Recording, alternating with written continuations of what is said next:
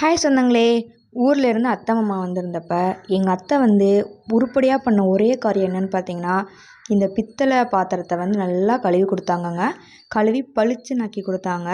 ஊரில் போனோன்னா பெருமையாக வேற சொல்லுவாங்க, அந்த பித்தளை அருவி கலர் இப்படி இருந்துச்சா, நான் வந்து நல்லா அது இதுன்னு வச்சு கழுவி பளிச்சுன்னு ஆக்கிட்டேன்னு சொல்லி பெருமையாக சொல்லுவாங்க. எப்பயுமே வந்துட்டு அத்தை மாமா வந்தாங்கன்னா வந்துட்டு டெய்லியுமே ஏதாச்சும் ஸ்பெஷல் தாங்க.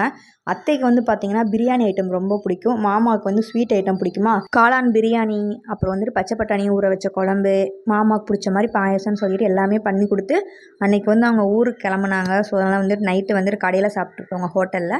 அத்தை மாமா இட்லி, நாங்கள் 2 பேரும் வந்துட்டு சிக்கன் ரைஸை வந்துட்டு 2 in 1 போட்டுக்கிட்டோம். சாப்பிட்டு முடிச்ச கொஞ்ச நேரத்துலேயே வந்துட்டு பஸ் வந்துருச்சுங்க. பாப்பா வந்து தூங்கிட்டு இருந்தாங்களா, அவங்கள வந்து கஷ்டப்பட்டு எழுப்பி அவங்களுக்கு பாய் சொல்ல வச்சுட்டு அவங்கள பஸ் ஏற்றி விட்டு நாங்களுமே வந்துட்டு வீட்டுக்கு வந்தோங்க. வரும்போது ஒரு பால் பாக்கெட் மட்டும் வாங்கிட்டு வந்தோம். வீடே பார்க்க எம்டியாக இருந்துச்சா, ஒரு மாதிரி ஃபீலிங்காக இருந்துச்சு.